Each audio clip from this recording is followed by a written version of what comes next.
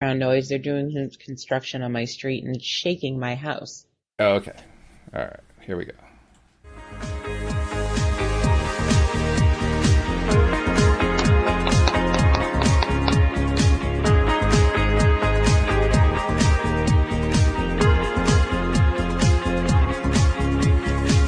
Welcome to LOA Today. Walt Thiessen and Alyx King here. Today is Wednesday, March the 27th, 2019. It is 8 a.m. in New York. It's 5 a.m. in Los Angeles. It's 12 noon in London.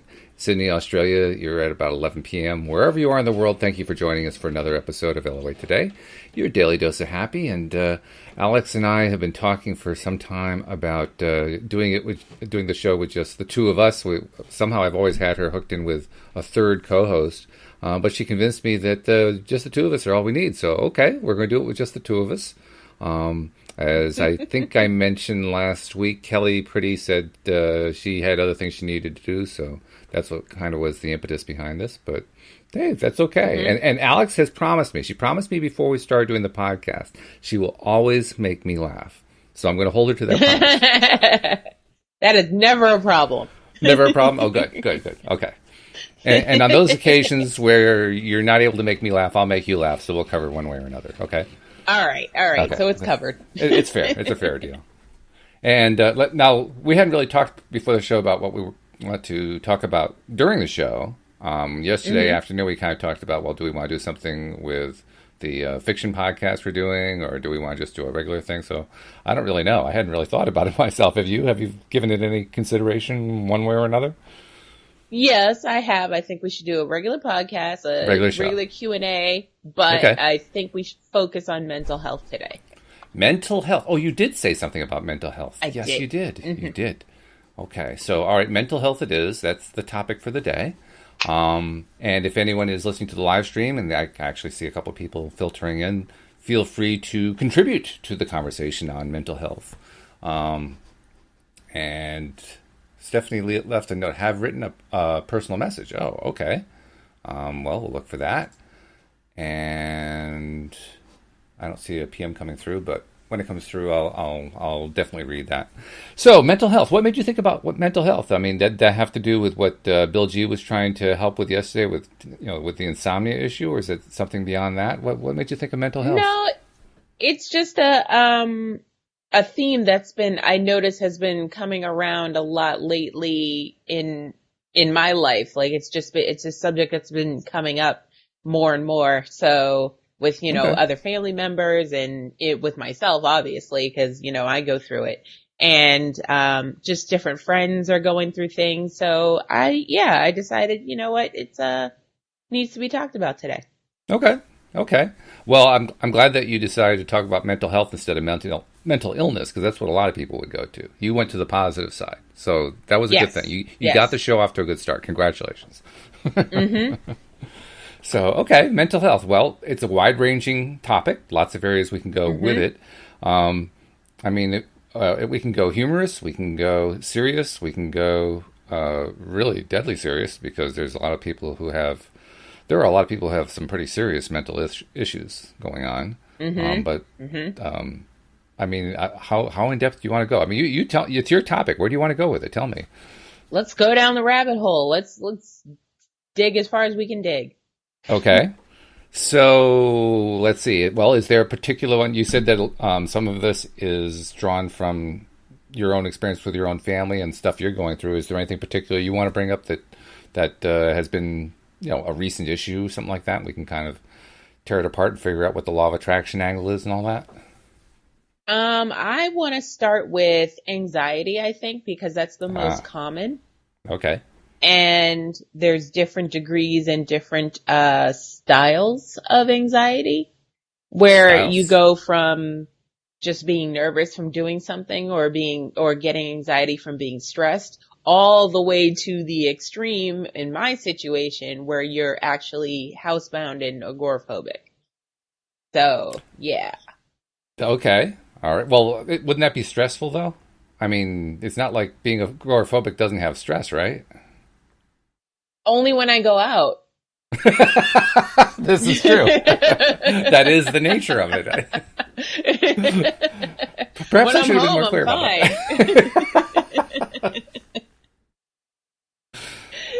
I have this mental image of Alyx and her mother or somebody going out the door, and the moment she walks out the door, it's like her eyes become bug-eyed, like, oh my God, I'm outside! Yeah.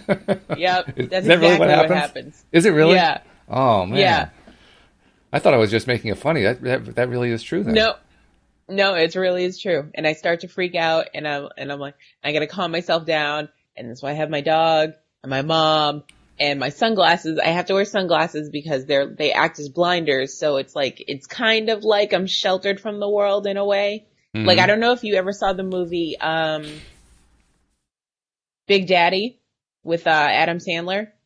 I haven't seen that one, but okay, tell me. Well, he ends up adopting a kid, and the kid's really, really shy. And so Adam Sandler decides to come up with this idea where if you put sunglasses on, people can't see you, so you don't have to be as shy. You can act like yourself. So that's kind of where that idea comes from. And it works for me,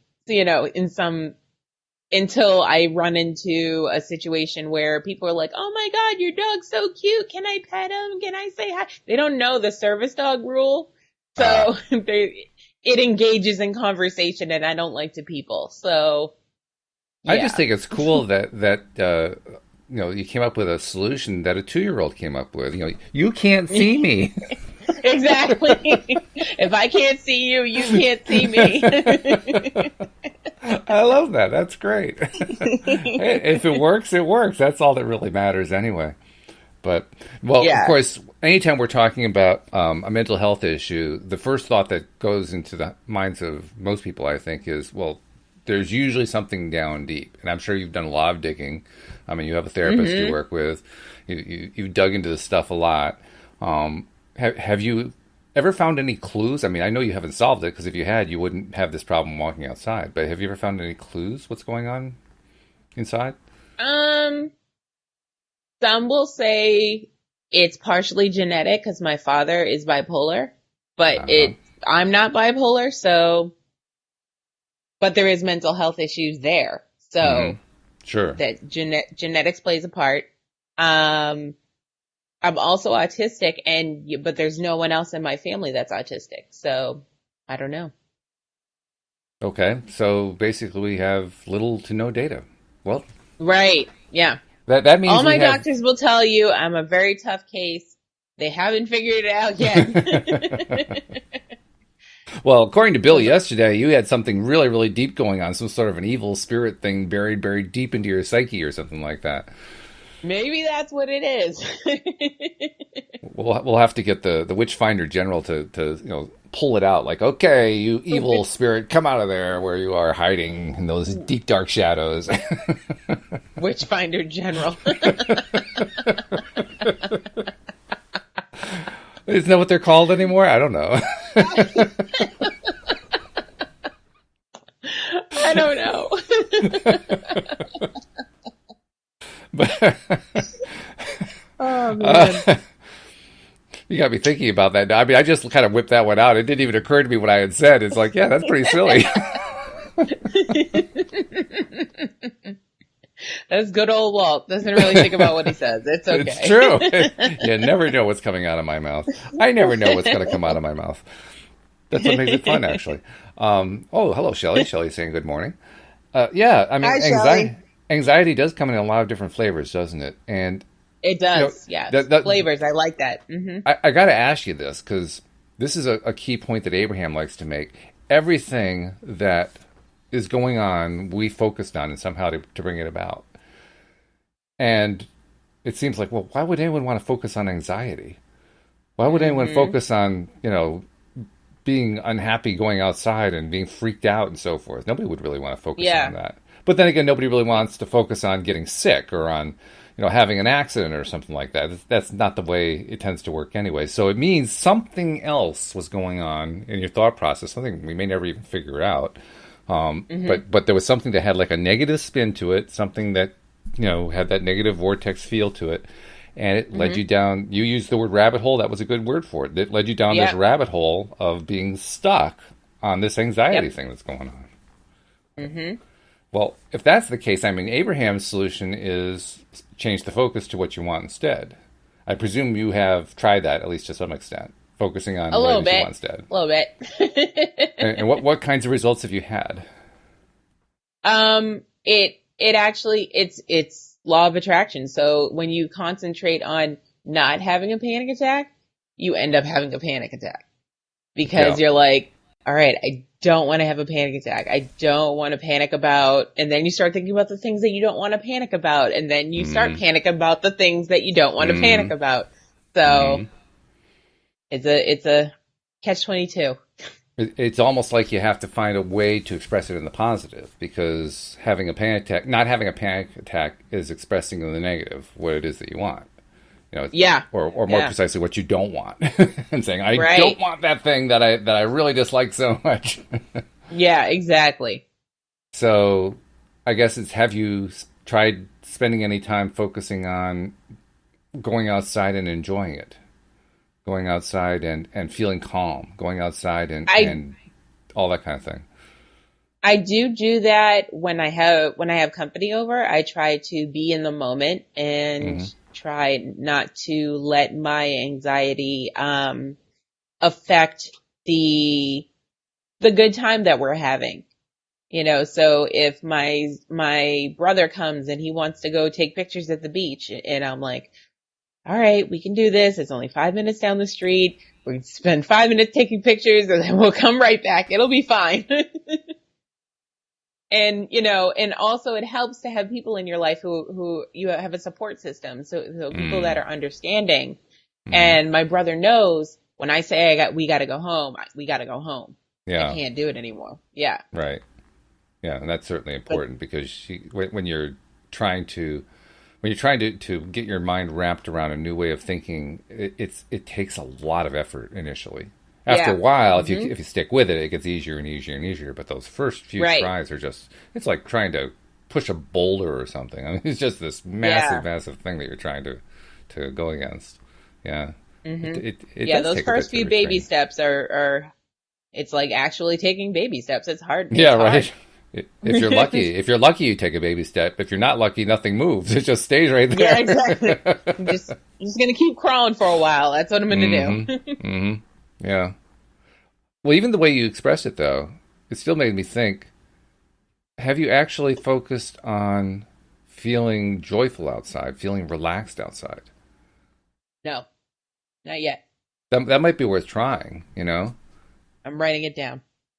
because if you can spend just kind of like visualizing it. I don't know what your method of visualization is that you prefer, but whatever your method is, just spend some time really focusing on enjoying being outside, feeling relaxed outside, feeling good outside, and then building the emotion associated with that, and see what happens. I mean, the worst that happens is you go outside and you say, "Nope, not happening. I'm going back indoors." Yeah. But who knows? Maybe it'll help you. Maybe you can sustain yourself outside for a longer period of time doing something like that. Or who Yeah, knows what the that's result's what going to be. my therapist and I are working on is again with the baby steps is okay, go out to your mailbox and come back, and go down to the end of your walkway and come back, and Hmm. go to the corner of your street and come back, and take baby steps like that. And then I'm like, okay. Not too That's excited where about it, but I can gotta tell. do Yeah, it. you're just like, oh yeah, here we go. I'm ready. I can just see it. It's all over your face. But this might be a good time to do the pre-paving. He wants you to go out, or is it he or she? Well, I'm in between right now, but the last one was a Oh, she. oh, okay. All right. Well, we'll go with she for now. So she wants you Yeah. to go down to the mailbox, right? So when you go Yeah. to before you even go to the mailbox, spend the time going through the process. Okay, Hmm. I'm going to go out to the mailbox, and when I go out, it's going to be beautiful weather, and I'm going to feel good. I'm going to feel so relaxed. What does it feel like to feel relaxed? Feel that relaxation inside, and try Hmm. feeling what's the good feeling of being outside. Can you remember that good feeling of being outside, or has it been so long that it's just hard to remember it? It's been a while. Yeah. Well, maybe you kind of create a bridge to it because you Yeah. already know that you feel good inside. So work Hmm. on, okay, how do I feel when I'm inside? Get into that Hmm. good feeling place, which shouldn't be hard because you're inside when you're doing this, right? Right. So Right. you get into that good feeling place and then say to yourself, this is the way I feel outside. Once you've built the feeling up, so you can Hmm. actually feel it inside. And as you're feeling Hmm. it, say, this is the way I feel outside. So as I go Yeah. outside, this is the way I'm going to feel, and just keep building that up. That's what I did with my knees last year. Hmm. Remember, I had my injured ligaments last year, Right. Right. and that's literally what I did. I found a position where one of the knees could be relaxed enough that it wasn't hurting, and then said to Hmm. myself, "This is the way that knee always feels." And as for the knee Yeah. that's hurting right now, this is the way that other knee feels also, which took some Hmm. effort, Yeah. because I mean the other knee was definitely still hurting, so I had to Hmm. really, really focus to do this, but I was able to get it there for a split second, and even a split second's improvement. That's a baby step.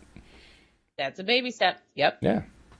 So try that. See what that does. Maybe that actually will, if you can pre-pave it, because that's something Abraham goes on and on about. Abraham Hicks waxes eloquent about the value of pre-paving, or as they call it, segment intending, where you just get yourself into that good feeling place before you try to do whatever the task is. And in Hmm. so doing, you make that task more interesting, more enjoyable, easier to do, just because you pre-paved it. In fact, maybe do it after a podcast where you're feeling really, happy. You know how we feel good after a podcast? Take advantage of that. Yeah. You know? So, yeah, pre-paving is a good way to do it. Shelley made a suggestion. She says, find a focus outside. Look for as many birds or flowers as you can. It's an idea. Yeah, I try to do that. I'm very good with, especially when we have to go over the bridge, because I live on the Cape. So Oh, over the right. bridge is a big thing for me because I hate bridges, I hate Uh-huh. heights, Uh-huh. and I hate being outside. So all of those things come into play when I have to leave the Cape. But I've become really good at the license plate game, Mm-hmm. but I play it in my own way. So it's more of, okay, who can find the furthest state away from us Oh. first? Yeah. And I know thanks to Asperger's, I have all the state license plates memorized. The So plates just by the themselves? color, Whoa. yes, just because of the colors, I already know what state it is without reading what it is. Very cool. I can sometimes So do that, but I get confused on some. Some where the states have similar colors. It's like, wait a minute, is that yeah, Pennsylvania? What is that? Is that an old yeah, New York State plate? I don't know what exactly. that is. Yes, they do change throughout the years. That does get confusing. So, That's true. Yeah, yeah. You have to be on top of your license plate game in order to get that one hmm right. Do you and study up? I also like to read and try to figure out people's personalized license plates. Oh yeah, That's always fun. yeah. It's funny. Over the years, the personalized plates have gotten fairly straightforward. They're pretty easy to read. But my favorite one was one that was really hard to understand. And Hmm. it was actually the very first one I ever saw. I'd never heard of a vanity plate before, and I saw Uh-huh. it. This is like, I don't know, 40 years ago, something like that. But I saw the Hmm. vanity plate, and I realized it was not a normal plate because it didn't have the normal pattern, like 3 letters, 3 numbers, that kind of thing. It had this Yeah. weird combination of letters and numbers. I was saying, what the heck is that? And I puzzled it out, and I puzzled it out, and finally it hit me like, oh my god, that's what that means. It was. You want to try to figure it out? Okay, It, yeah, tell me. Let it's me, hold on. Let me write it down and then I'll still okay. figure it out. Okay, it's 1 0. Hmm. N Hmm. is in Nancy. Hmm. Um, let's see, I got it right. Gotta get right. No, I'm sorry. 1 0 S as in Samuel. Got it wrong. 1 0 S Okay. as in Samuel. N is in Nancy. E is in Edward, and the number 1.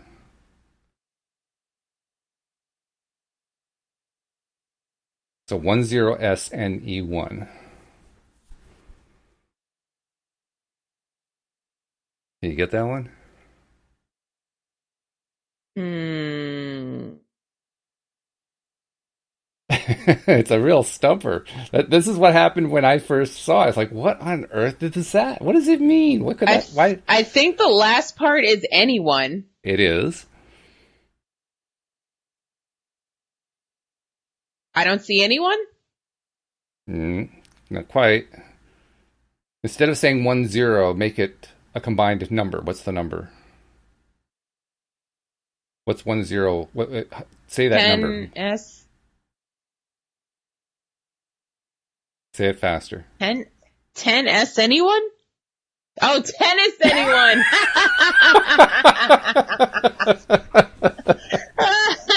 Isn't that great? I love it. Yeah. And see the joy you get from figuring it out. That's exactly the feeling I look for. Yeah. Exactly. I remember. I'll never forget that was the first vanity plant I ever saw, and I must have puzzled on that one for 20 minutes trying to figure out what on earth is that all about.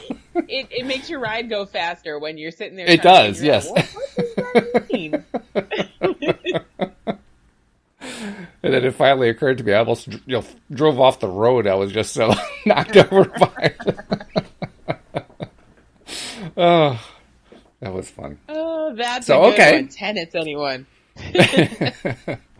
So license plate games. Okay, you like that. That's a good way to focus on what you want instead of on what you don't want. It doesn't quite get you into the mood for enjoying the outdoors, but at least it does distract you. So that's a good thing. Yes, distraction is a main thing that works for me and my anxiety. Yeah. Well, obviously, if you're distracted, then you aren't focusing on the thing you don't want. So, exactly. Sure. Exactly. Yeah, that makes a lot of sense. Shelley asked about focusing on birds and flowers. Do you ever try to count those up or identify those or anything? No. I count dogs when I'm like riding around the town. Mm-hmm. You know, definitely in Hyannis, there's a lot of people walking their dogs, no matter what the temperature. So yes, I like to count up the dogs and say, and the dogs riding in the cars, and I'm like, oh, puppies. So I like to count up how many dogs I see throughout my trip. You want to see how many of the cars have pointers with the snout sticking out the window and the tongue hanging out, flying in the wind, right? You don't usually see that. You usually see the puppies that are actually sitting in the driver's seat and trying to drive. Yeah. Remind me not to spend a lot of time driving in Hyannis. Yeah, they're bold out here. We drive with our dogs on our laps. I used to, but now my dogs have their own car seats, so I don't anymore. Mm-hmm. My, how times have changed. Dogs with their own car seats. I never would have thought of such a thing. Amazon sells everything. Apparently, yes. Well, that's why they're Amazon, you know? Yep. If you can conceive it, and it has been in existence somewhere in the world in the last 20 years, it's available on Amazon. That's all there is to it. Exactly. Yep. Okay. And then we're doing a lot of laughter, humor. What role does humor play in what you're trying to do with your baby steps? I mean, because that's laughter is the best medicine. So whenever I feel down or get overwhelmed, I like to switch on the old Netflix and pick out a comedy special to, take my mind off of things for an hour and let me laugh about some things. That's good. That's good. Now, are you able to use laughter when you're outside? It's a little harder. I would think. I need to feed off of something. So someone has to say something and then I'll get rolling. Yeah, that's the trick, isn't it? It's learning how to be in our uncomfortable zone as opposed to our comfort zone and be in our happy, funny mood anyway. Yeah. I get a little snarky and I'll start judging people that I see walking by. Oh, like what? Give us an example. Okay, let's say it's the middle of winter and I'll be like, sir, your shorts are way too short for this temperature. Yes, right. More precisely, why are you wearing shorts at all in this temperature? Yeah. Yes. There are some people I wonder about. I mean, It was one of the things we saw a lot when we lived in Virginia. We lived in a little town called Warrenton. And you could go to downtown Warrenton, which was about 3 blocks long, and you would see the teens hanging out by the storefronts or by the Episcopal church or whatever, and they were dressed this is like, in the middle of winter, which would, in that area would be like 30 degrees, 20 degrees, something like that. And they're dressed in shorts and a t-shirt. And like, Yep. you've got to be kidding me, right? I mean, is it you're trying to make yourself sick so you don't have to go to school? Is that what this is all about? I don't understand. Yeah. Holy cow. No, they were using law of attraction and trying to visualize summer. That's what they were doing. Shelley says that her husband is a year-round shorts guy. Okay, well, Oh, he's one of those. he's your problem, not mine. I'm not dealing with that. Sorry. No offense, but I've noticed it's mostly white people. I'm just saying. You're not going to just get a disagreement out of me. I don't think I've ever seen a black person like that. So, No, we wear pants at appropriate times. they just don't always wear them appropriately. But other than that, Facts. That is a fact. That is a fact. Shelley actually has a question for you. She says, what do you fear about going outside? Couple of things. There's this, it's like reverse claustrophobia. So it's like, I get really overwhelmed when there's not like a tight quarters around me. So if I'm not in my bubble, I don't know what to do and I get overwhelmed. And there's that. There's also the fact that I could have a panic attack while I'm in public. I could have a seizure while I'm in public. So the fear of embarrassment is also a factor into my situation. So, but correct me if I'm wrong. If you're in the middle of a panic attack, the last thing you're thinking about is I'm so embarrassed. It's more like, oh my God, I'm terrified. No, that's the last thing you're thinking. But before you go out, that's what you're thinking. You're like, oh my God, everyone's going to see me. They're going to call the ambulance. It's going to be a big to-do. It's a lot. So it's the anticipation then. Yeah. Yeah, that anticipation will get you every time. That's the stuff. And dwelling on the anticipation. Oh, of course. Yeah. Well, that's the whole point, right? I mean, what's the point of freaking yourself out if you don't spend a lot of time on it? Right? Yeah. It's kind of a sad thing, but it's true, though. It's true. But go back to the first part, because you said it's the reverse of claustrophobia. It's being outside and there's just all this open space. What are you afraid might happen with that open space? I mean, yes, I can tell that when you're kind of pre-paving it in the wrong way, you're pre-paving it like, oh my God, people will see and they'll call ambulances and all that kind of thing. But when you're actually in the midst of it, what's the fear that I'm so afraid of this open space. What's the fear that the open space is going to do to you or whatever? I'm overexposed. So, like being in a war zone? I don't know. I've never been in a war zone, so I don't know. Oh, okay. Well, I was kind of reaching for a thought, like you're exposed, so like you're going to be attacked. No, I don't really have a fear that I'm going to be attacked because I'm pretty able to take care of myself if in the situation if that ever happened. But no, just. It's just, I don't know. It's an irrational fear. Well, that's it doesn't the nature have of any, it. Yeah, it doesn't have any explanation. It doesn't have any rationalization to it. It is what it is.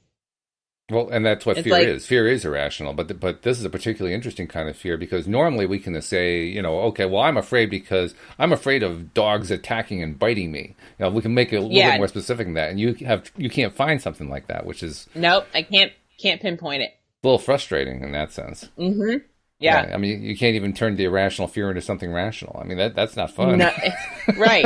At least people with claustrophobia will say, I'll probably suffocate. Yeah, that they have that. They can point to something, right? I don't have that.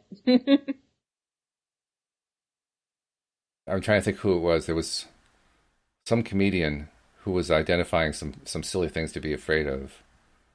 I think one of them was rectangles.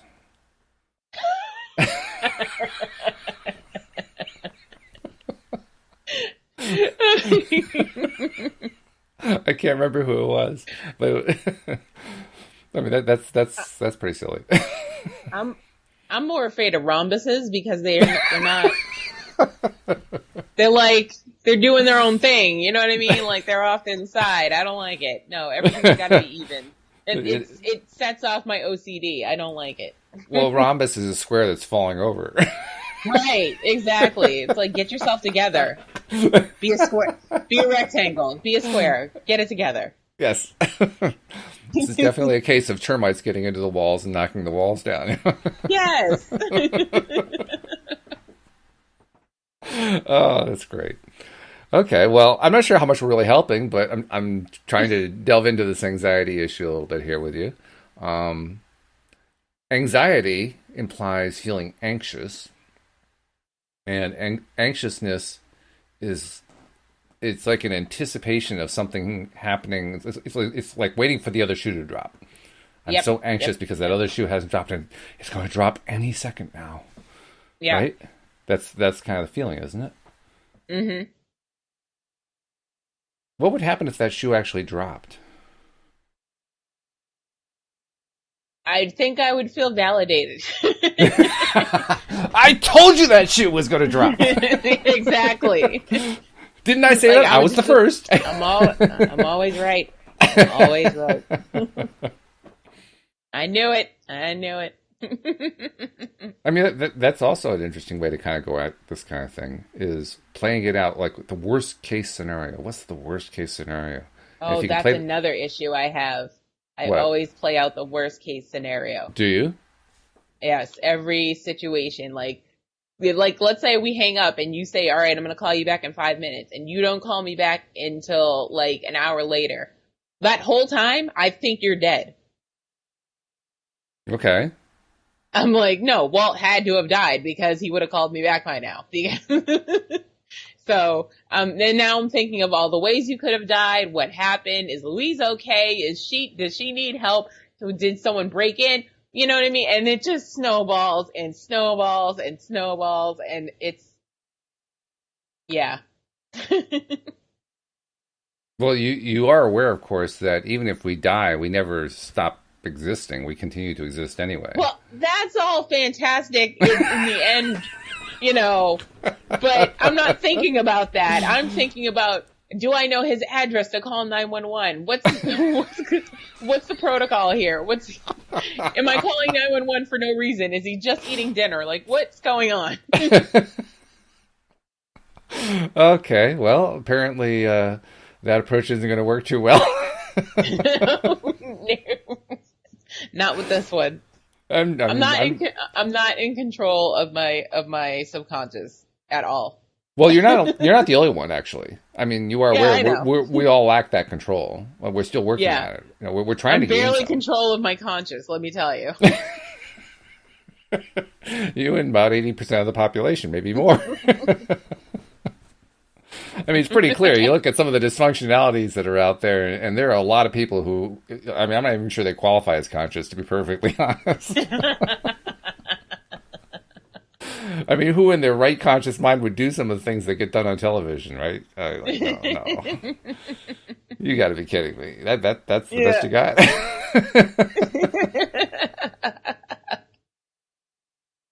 See, you made fun of me yesterday, right? You made fun of me because I don't watch much television. And you were saying, how on earth can you possibly do that? And my answer is really simple. Look how crazy the people are.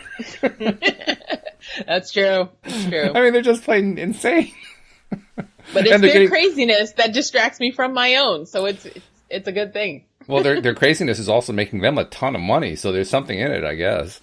That's true. Maybe that's what we should be. Maybe that's the way to deal with anxiety. Maybe the way to deal with anxiety is to make yourself really crazy and get paid well for it. If I could get paid for my anxiety, I would be a bagillionaire. How big is that? That's a lot of money. It's a lot of zeros. More zeros than we can count. Exactly. Okay. And the answer to Shelley has a question, two questions actually. The first one, I know the answer is yes. She says you should get a seizure support dog. You already have that. I have one. Yes. Yep. I have two. You have two. That's true. That's right. Yep. And she also asked, what happens? What happens when you're in a big space? And which is kind of the question I was asking earlier. I just get overwhelmed. Like, I just feel like the space is too big. I'm so, like, I prefer to be in a claustrophobic situation than outside in the exposed air and everything's just so big, and I don't know how to explain it. It's just a weird feeling. It's a weird feeling of being exposed and raw, but it's weird because I'm not like that in real life. Like with my emotions and stuff, not like that at all. So it's not even like a secondary, oh, you must feel like that and emotionally. I'm like, no, that's not how I am. So like a really scary horror movie for you would be Attack of the Killer Petunias.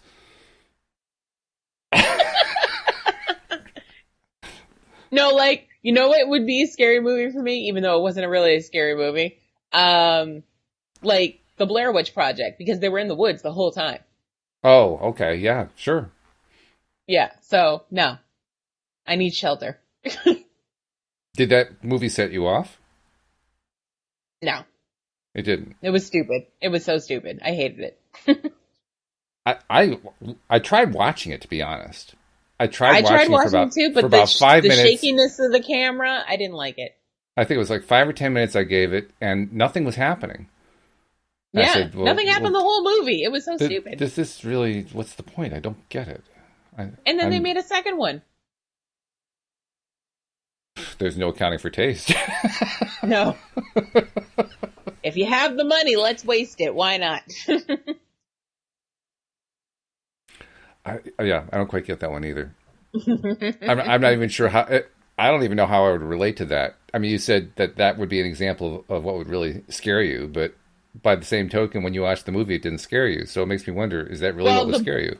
The Blair Witch didn't scare me, but being outside would have scared me. I wonder how you present that on film. They were running around in the woods the entire time, and that I wouldn't be okay in that situation. Like, forget about the whole witches hunting us thing. So, if I'm trying to picture Alyx's worst horror film, it's Alyx just running around in the woods. Mm-hmm. That's it right there. Mm-hmm. Does anything else happen? Nothing else has to happen. I'm already scared. Yeah, well, that doesn't stop a horror filmmaker. You know, they don't want you to be scared. They want you to be scared and then scared on the next level, and then on the next level, and the next level. They could dump anything they wanted on me, yeah, but I'm already at a heightened level of scaredness because I'm outside. Okay, so anything beyond that would be just superfluous. Yeah. Okay. Well, I'm trying to scope out the parameters, so that's good. Yeah. At least I got that. Yeah. Oh, Shelley actually agrees with you. She says, being in the woods at night is legitimately scary. LOL, bears. Bears. And that's why I will never go visit my friend in Alaska, because there's bears. I'm all set. Well, then I can tell you a scary story. Oh, let's tell it. It was when I was in my early teens. My family did a lot of traveling around the country with tents, so camping essentially. Mm-hmm. And it was a way to see the country. And we got out to Yellowstone Park, stayed the night, mm-hmm. and while we were there overnight, a bear came up to our campsite and was sniffing around outside. Yeah. Mm-mm. Oh yeah, he did. He really did. No, I believe you. I'm just disagreeing with me being in that situation. Yeah. So, okay. We found another way to scare you outside. That's something, I guess. Yep.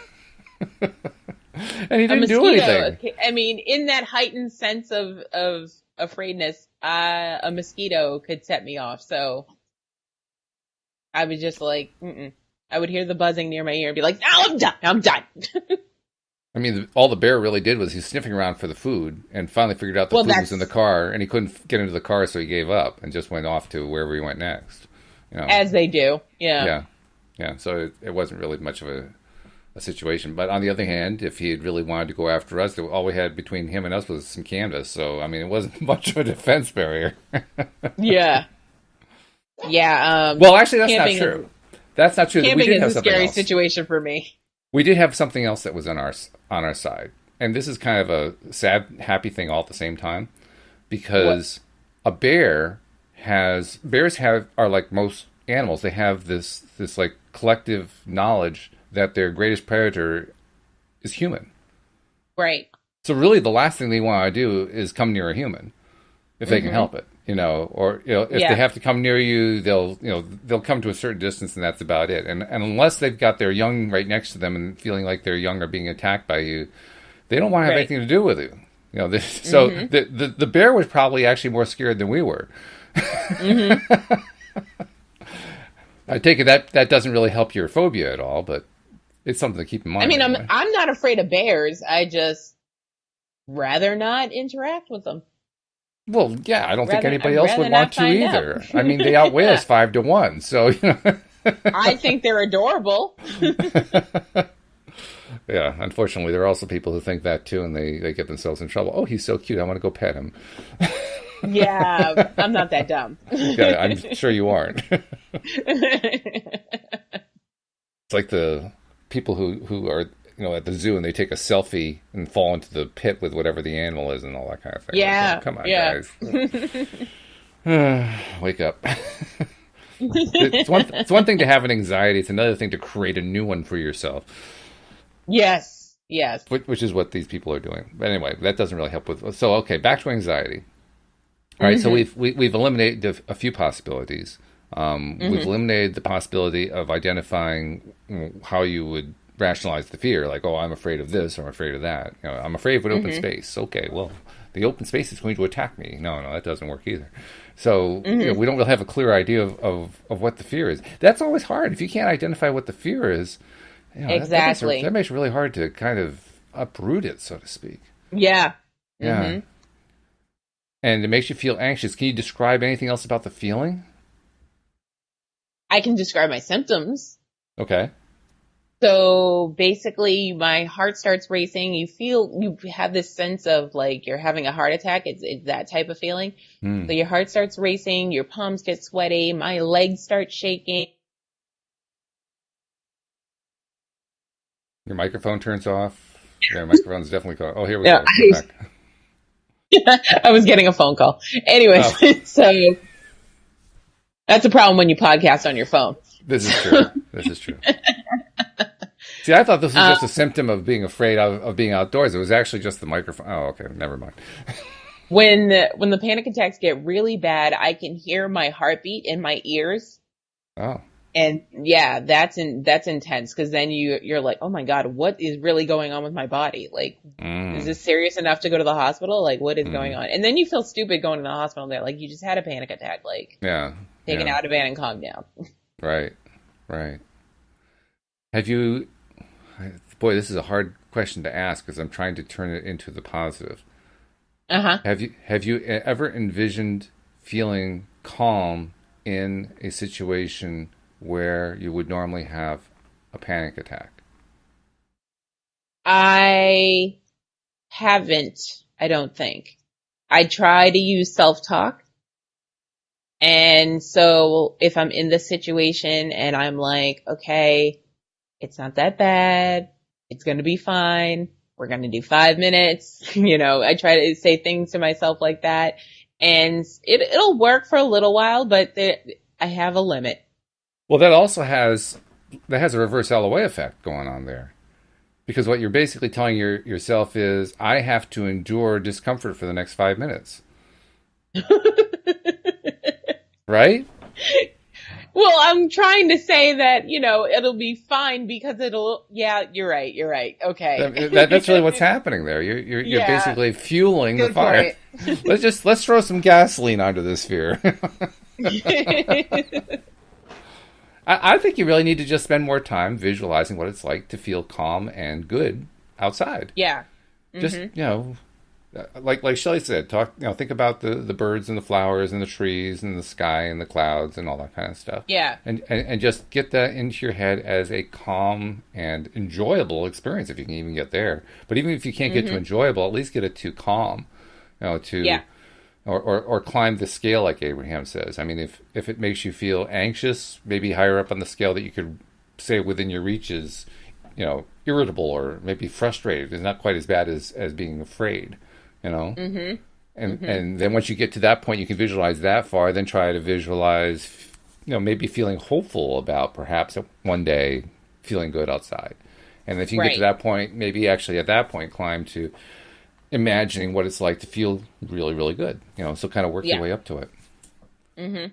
But I'll bet you if you spend more time on that, I'll bet you that'll give you a way to kind of break the pattern, because that's what it sounds like. It sounds like you got a pattern built up, then you're not shaking the pattern. Mm-hmm. You know what I mean? Yeah. And I have a sneaking suspicion the same thing is going on with your insomnia. They may even be related, I don't know. But you have a pattern built up. And so you're so used to that pattern that you can kind of tell yourself, I want to go to sleep now, but the pattern is there, and the pattern's saying, yeah, I'm not going to sleep, not happening. Yeah. I've definitely caught myself on many a night saying, all right, it's past a certain time. Yep, I'm not sleeping tonight. Mm-hmm. Yeah. And which means that, once again, you're reinforcing the thing that you don't want. Yeah. Mm-hmm. Yeah.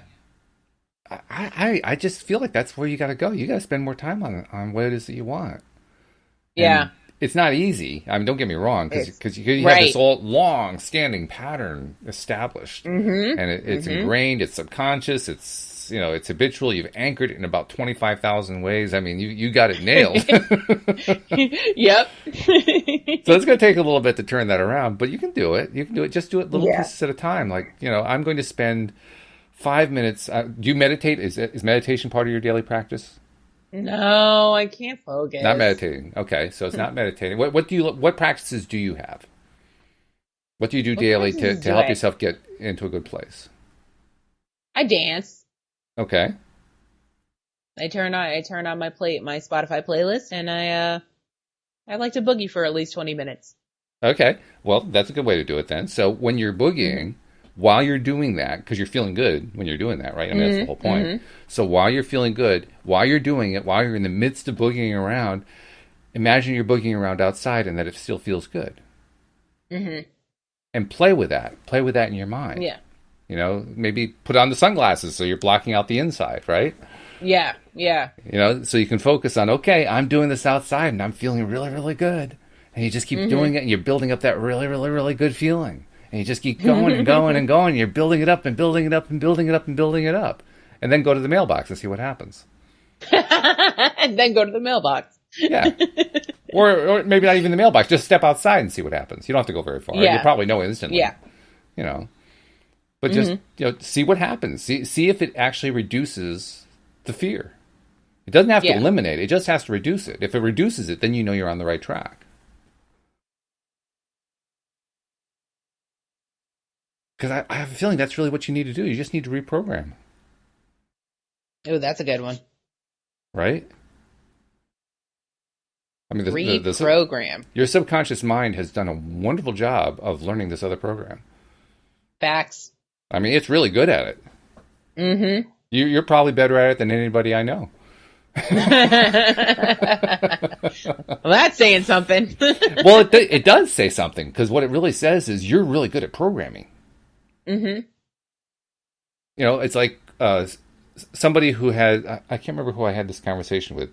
I had a similar conversation with somebody, and they had gotten this one negative behavior pattern down pat, to the point where literally every time they tried to focus on the opposite, they were snapping right back to this behavior pattern. Mm-hmm. And it was like the perfect batting average, They were batting 1,000 going the wrong way.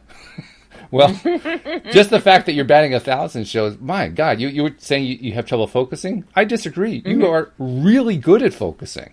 You're just focusing on the wrong thing. Your focusing skill is off the chart. I mean, you're right on it. You just got to believe that you really do have that ability, because you do. I mean, it's evident. It's so obviously clear that you do have that ability to focus. You're just focusing on the wrong thing. You got to believe in your own ability to focus more than anything else, because it's not like you lack the ability. You got the ability. You just got to believe it. Yeah. That's true. That's true. Yeah. So that's where, I just start with like the basic visualization stuff. Tie it in with your boogieing, because that's a good daily process to have. Just do that every single day. And the other thing I would do if I were you is I would try to find other processes. Just try a bunch of them. Of the processes you've heard about. If you have a copy of the Abraham book, Asking Is Given, they got like 22 of them in the back that you can just try one at a time and see which one you like. Okay. Listen to the podcast that Steve Rawl and I did yesterday morning about microshifting, and try practicing some microshifting. But I mean, there's lots of them you can do. I do the mirror exercises every day; those are really good for me.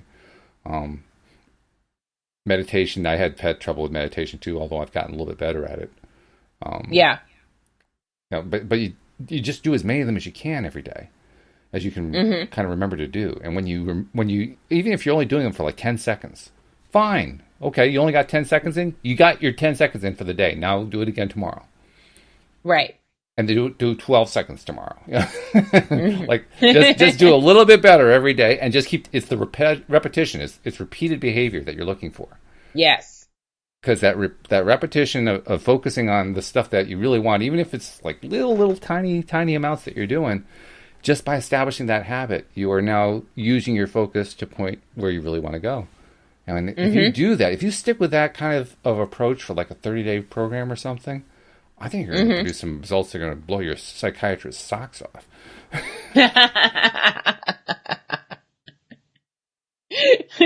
I think you'll surprise yourself at what you end up doing. Yeah. And it won't happen right away necessarily. I mean, you were right. When I did the mirror exercise, when I first started them, I did them because I wanted to get that negative chatter out of the head. That constant radio DJ that keeps talking about all that crappy stuff you don't want to hear. I wanted to shut him up. Yeah, I wanted to shut him up. And so I'd heard Jack Canfield had used the mirror exercises to shut him up. So I figured, okay, I'm willing to try that for 30 days just to see if I can shut him up. And for the first 20 days, nothing happened. The DJ was just as loud as ever. But by day 25, he was at half volume. And by day 30, he had shut up. I mean, I could still sense him in the background going, but nothing was coming out. Yeah. And it really did work. And I was kind of blown away by, like, wow, not only did it work, you know what really caught my attention? I think I've told you this before. After the 30 days, it was quiet. It was just quiet. It was nice. Like I was going through my day and there was no chatter going on in my head. It was just quiet. Wow. Is this the way a healthy mind is supposed to work? Just quiet? I like this.